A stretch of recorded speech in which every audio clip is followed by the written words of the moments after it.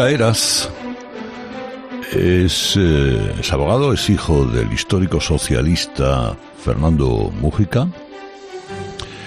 En fin, cuenta una historia que seguramente ustedes conocen. José María estaba a 100 metros del despacho, en la calle San Martín de San Sebastián, escuchó un disparo y vio a su padre, al histórico Fernando Mújica.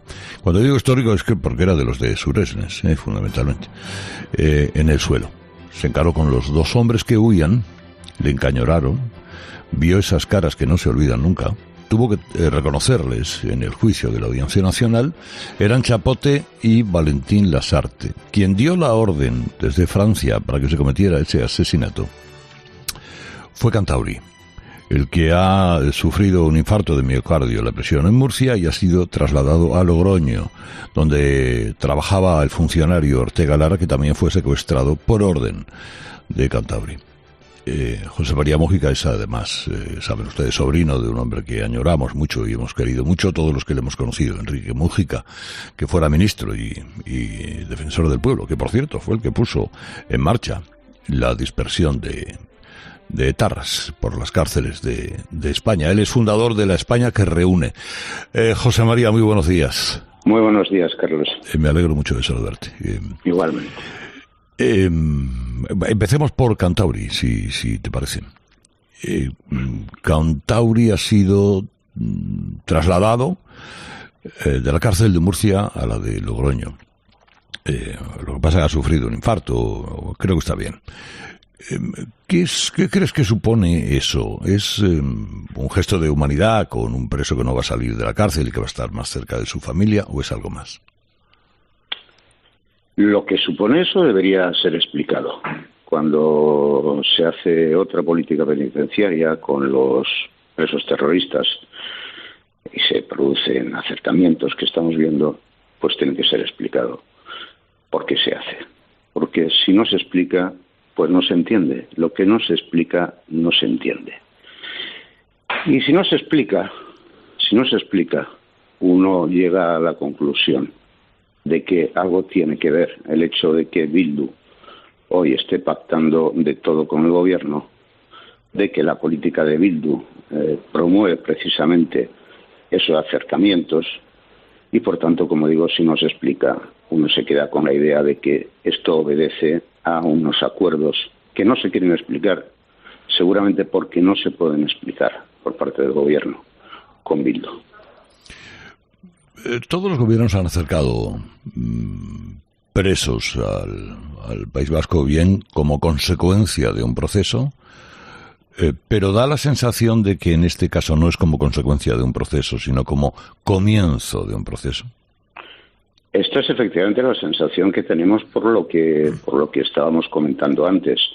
Ha habido acercamientos en tiempos anteriores, acercamientos que se han explicado y que obedecían a tales o cuales razones. Bueno, menos el de Bolinaga, digamos que ese fue. Bueno, ha habido acercamientos dantescos como es el de Bolinaga, alguno más también, eso es verdad. Pero sí había una filosofía de explicar a la sociedad por qué se hacían las cosas. Se podría decir, mire, lo que no puede explicar, no lo haga. Y aquí estamos en una situación en la que no se explica nada, no se entiende nada. Y esto es lo que lleva a esa consideración de que si no se quiere explicar, si no se puede explicar, efectivamente esto hace parte de un proceso más amplio en la política de acuerdos y de pactos que estamos viendo constantemente entre el gobierno y Bildu. Y esto es realmente lo inquietante, que se está trajinando, qué se está haciendo, por qué no se cuenta esto a los españoles. Insisten quienes realizan estas maniobras que los votos de Bildu son legítimos. Están en el Parlamento como respuesta, efectivamente, a unos españoles que les apoyan, a unos ciudadanos que les dan legítimamente su voto. Un pacto con Bildu, siendo legal y legítimo, ¿qué peros tiene para quien lo hace? ¿O debería tener? En primer lugar, los 5 votos para los presupuestos generales del Estado de Bildu no eran necesarios. Y nadie puede decir en el gobierno que lo fueran porque no es verdad. En segundo lugar, son votos tan innecesarios que tampoco el gobierno podrá decir que no había otro camino. Pero mira, fundamentalmente esto hace a un problema de memoria. El Partido Socialista fue históricamente un partido de memoria. Por décadas combatió el franquismo, después por décadas combatió el terrorismo. Que en definitiva son franquismo y terrorismo anverso y reverso de un mismo propósito totalitario con ejecución criminal. Como digo, anverso y reverso. Y la regla de oro socialista siempre fue no pactar ni con herederos políticos del franquismo, ni con herederos políticos del terrorismo. Esto nos lleva hoy a la consideración de que si se pierde la memoria histórica del Partido Socialista mantenida durante décadas, se acaba perdiendo la propia razón de ser y el Partido Socialista acaba siendo un partido en vías de ser irreconocible. Y hay que distinguir entre los votos legales y lo ilegítimo. Mire, legal son muchas cosas. Legal es un violador que ha salido de prisión y no tiene cuentas con la justicia, o un asesino, o un maltratador. ¿Es eso legítimo? Alguien que hará tratos con él. Y la democracia, en definitiva, son muy poquitas cosas y tiene muy pocos principios irrenunciables. Y uno de ellos es distinguir lo legal de lo ilegítimo. Las ideas de odio, de exclusión, de desprecio al distinto, de persecución al diferente, son ideas que tienen que ser siempre combatidas. José María Mújica creyó a Pedro Sánchez cuando dijo no pactaré con Bildu, no pactaré, ¿cuántas veces debo repetirlo? No y no, no y no. Sí, yo creí aquellas palabras de Sánchez, no pactaré, no pactaré, no pactaré, ¿cuántas veces lo tengo que decir? Palabras que no fueron dichas hace tanto tiempo, palabras relativamente recientes. Y creí como tantos las creímos porque esas palabras honraban la memoria del Partido Socialista, de la historia del Partido Socialista. Bueno, esas palabras hoy han acabado en el arroyo. Lo que se garantizó, el no es no a Bildu, que era una regla, como digo, de oro histórica del Partido Socialista, hoy ha terminado pues en un arroyo, un arroyo que conduce a la pérdida de la memoria del Partido Socialista y por tanto a que se convierta en un partido de una configuración bastante irreconocible. Mire, si se pierde la memoria, se pierde el alma, se pierde la razón de ser. Es que si se pierde la memoria se pierde todo. Usted o yo o cualquiera que nos esté oyendo tiene un teléfono, ¿verdad? Quítele a ese teléfono la tarjeta de memoria. ¿En qué se convertirá? En una carcasa que no sirve para nada. Perder la memoria es lo peor que puede ocurrir en el Partido Socialista, que, como digo, fue históricamente un partido de memoria. Sabía contra qué tenía que combatir, contra el franquismo, luego contra el terrorismo. Sabía lo que quería, que era construir una España reconciliada, libre y en paz. Sabía que hacía falta una Constitución que fuera la casa común de todos los españoles, que garantizara nuestros derechos y nuestras libertades.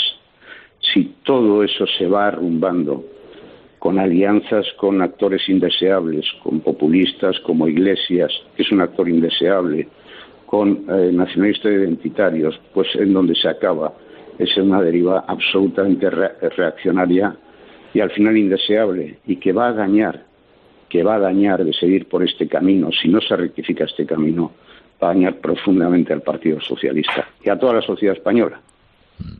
José María Mújica envió una carta a Pedro Sánchez en enero, donde le reprochaba su falta de memoria histórica y le recordaba la memoria de su familia. Me gustaría recordar un poco la memoria de su familia. La parte que fue asesinada. La memoria de mi familia es la memoria de sufrir 3 pestes del siglo XX, 3 pestes fascistas. Hay una parte de mi familia judía que murió toda ella asesinada en los campos de concentración de exterminio nazis. Hay otra parte de mi familia, republicana, en el tiempo de la guerra, que sufrió la persecución. Mi abuelo murió en el exilio en Francia. Y el resto de mi familia, con mi tío, al que ha citado usted antes, mi padre, combatieron al franquismo. Sufrieron persecución, sufrieron cárcel, sufrieron exilio. Y mire que a mí me sorprende el alarde de alguien como Pablo Iglesias. Le he escuchado vocear, porque realmente es como un señorito vocinglero, ¿no? Vocear haciendo alarde de un abuelo republicano que él tuvo y que sufrió cárcel en la época de Franco por ser republicano. Bueno, el señor Iglesias habla de un abuelo republicano. Mire, mis 4 abuelos fueron republicanos, pero le voy a decir lo más importante. Yo tuve la fortuna de conocer en años jóvenes a cantidad de exiliados socialistas, cantidad de socialistas que habían sufrido prisión en las cárceles de Franco, a muchos. ¿Sabe cuál era su patrón? Jamás alardeaban de todas las penurias que habían tenido que pasar. Ellos sí sabían lo que querían para España. Ellos querían una España reconciliada, en paz y agrupada en libertades a través de la Constitución, por la Constitución, nuestra casa común. Ellos querían exactamente lo que Pablo Iglesias quiere destruir. Y desde luego a lo que no estamos dispuestos es que este señorito populista, vocinglero, de argumentación de cartón piedra, destruya aquello que nuestros mayores construyeron con tanto sacrificio y con tanto esfuerzo. ¿Quiere saludar a José María Mújica Carmen Torres? Hola, buenos días. Hola, buenos días. Yo quería saber qué siente usted cuando escucha, como escuchamos ayer a Otegi, dando lecciones de democracia o de justicia social. Pues siento que nos encontramos ante un auténtico sarcasmo, que los herederos del terrorismo se permitan este lujo de hablar de justicia social. Bueno, es realmente inconcebible, es el mundo al revés. Y ese es el mundo el que tenemos que seguir combatiendo. Es inaceptable. Ese mundo que no es solamente Otegi, ese mundo que es Esquerra Republicana, ese mundo que es también Pablo Iglesias, porque son 3 en 1 o 1 en 3. Ellos solo tienen un proyecto que es la destrucción de nuestro sistema de libertades. Lo dicen todos los días. Dicen que quieren destruir nuestro sistema de libertades. Dicen tumbarlo, dicen gráficamente, todos los días. Tenemos que prestar atención a lo que dicen. Tenemos que creer en lo que dicen, porque realmente es en lo que están los 3, como digo, Bildu, Esquerra Republicana o el señor Iglesias, que además es el embajador de Bildu, es el hombre que abre las puertas a Bildu, es el hombre que introduce a Bildu. Y tenemos que combatir todo eso. De lo contrario, mire, es muy sencillo. ¿Quién prevalece? ¿Prevalece nuestro sistema de libertades o prevalecen ellos y la destrucción de nuestro sistema de libertades a manos de proyectos totalitarios, de populismos indeseables, de nacionalismos identitarios que son profundamente reaccionarios, que son lo peor que anda por Europa? Tendremos que saber quién prevalece aquí, o nosotros o ellos. Quiere también saludarle Carmelo Encinas. ¿Qué tal, José Mari? ¿Cómo estás? Hola, Carmelo, buenos días. Oye, Chapote, Valentín Lasarte, Cantauri, todos implicados de una forma u otra en la muerte de tu padre. ¿Tú has sentido alguna vez el impulso de intentar ir a la cárcel y ver cara a cara a alguno de estos tipos? No, ni el más mínimo interés. Me produce una absoluta indiferencia. Estos son unos pistoleros, unos matones, una cuadrilla de fascistas, ¿no? Me produce una absoluta indiferencia. Me interesa más Me interesa más, siempre me interesó más saber quiénes teledirigían esa banda. Aquí, no estando en Francia, aquí estando en España, aquí estando en el País Vasco. Porque ese era el auténtico núcleo poderoso que luego esparcía sus comandos de matones fascistas, como digo. No, a mí esta gente me resulta profundamente indiferente, no creo que sean nada, no son nada más allá, eso sí, desgraciadamente, que unos matones que asesinaron, ¿no? Óscar Matute, que es representante en el Congreso de toda esta gente, dijo ayer: ni vencieron ni nos domesticaron, que por eso EH Bildu molesta. Es verdad, no fueron vencidos o domesticados, siguen organizando todo tipo de homenajes a los asesinos de ETA que salen de la cárcel. Yo no sé si eso es apología del terrorismo o no, o un dechado de humanidad para quien ha pasado 25 años en una celda. ¿Qué cree que es más, lo primero o lo segundo? Bueno, lo que dice Matute es lo que dice Bildu. Ellos no fueron vencidos, dicen, es una reivindicación permanente de lo que fue la acción terrorista. Y su proyecto sigue intacto. Las ideas, la ideología, en razón que sustentó el crimen durante 40 años, siguen intactas. Es la misma ideología de odio, de persecución, de discriminación, de supremacismo. Todo ese catálogo de ideas, no hay más que oírles hablar. Si una virtud tienen, es que lo dicen abiertamente, no hay más que oírles hablar para saber que estamos hablando con el mismo proyecto que sustentó el terrorismo, que ellos son sus sucesores políticos. Y yo lo que pido es que prestemos atención a lo que dicen, porque lo que dicen es el propósito que se empeñan en llevar a cabo. Con ese embajador, como digo, de Bildu y de Esquerra Republicana, ese embajador fundamental, que es Pablo Iglesias. Mire, Pablo Iglesias antes decía, es una persona que completamente desentendida de su función de vicepresidente social. Vamos para 70.000 muertos por la pandemia. No se la ha visto en una sola residencia de mayores, que sería por lo menos un acto de piedad. No se le ha visto.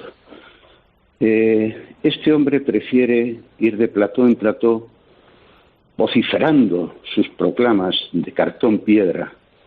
Y este hombre al final, Pablo Iglesias, embajador de toda esta gente, pues es un fascista en aquella acepción insuperable de George Orwell, que el maravilloso novelista que vino a la guerra de España para combatir a Franco, que combatió el estalinismo, que combatió todos los totalitarismos, y que cuando le preguntaban, señor Orwell, para usted, ¿qué es un fascista? Y decía, un fascista es un matón. Es una definición impecable. Y Pablo Iglesias tiene trienios de matón desde que hacía escraches, acosos, persecuciones a responsables políticos que no pensaban como él, trienios de matón cuando venía aquí al País Vasco a confraternizar con sus amigos, con militones, diríamos, de Herri Batasuna. Es un matón al que no se vio nunca combatiendo el terrorismo. ¿Alguien lo vio en alguna manifestación, asistiendo a un acto de memoria de víctimas del terrorismo, en algún entierro? ¿Alguien lo vio? Absolutamente nadie. Porque no estaba. Porque estaba en la otra trinchera. Porque estaba en la trinchera de los que mataban. Quiero decir, Pablo Iglesias es un perfecto fascista en esa acepción imbatible de George Orwell. Y esto lo tenemos que tener en cuenta. La izquierda democrática tiene la obligación de combatir ese populismo totalitario, de combatir esos nacionalismos identitarios, ese nacionalpopulismo, que es lo más siniestro que anda por Europa. La izquierda democrática tiene que acostumbrarse a actuar en España como en Europa. Y si en Europa las cosas funcionan, los grandes acuerdos de las fuerzas democráticas funcionan. Acuerdos de socialistas, con populares, con democristianos, con liberales, con ecologistas. Acuerdos democráticos donde está excluido rigurosamente el nacionalpopulismo. En España tenemos que conseguir que eso se produzca también, porque si no conseguimos eso, si esa alianza sigue con estos indeseables, nos vamos a convertir en un país áspero, en un país amargo, en un país al que se le cierra el porvenir. Y este es un país que necesita, desde hace mucho tiempo, una larga conversación entre todos nosotros, de buena fe, de cómo salimos de una pesadilla de pandemia, de devastación económica, de cómo en definitiva somos capaces de volver a tomar el timón de la mano de la nave, entre todos, de la nave de España, de la nave protegida por nuestra Constitución. Este es el desafío. Yo creo que son demoledoras las declaraciones de José María Mújica Heras, hijo de Fernando Mújica y de la también inolvidable Mapi de las Heras, en esta mañana, y se lo agradezco mucho. Un fuerte abrazo, José María, de todo corazón. Un fuerte abrazo, Carlos.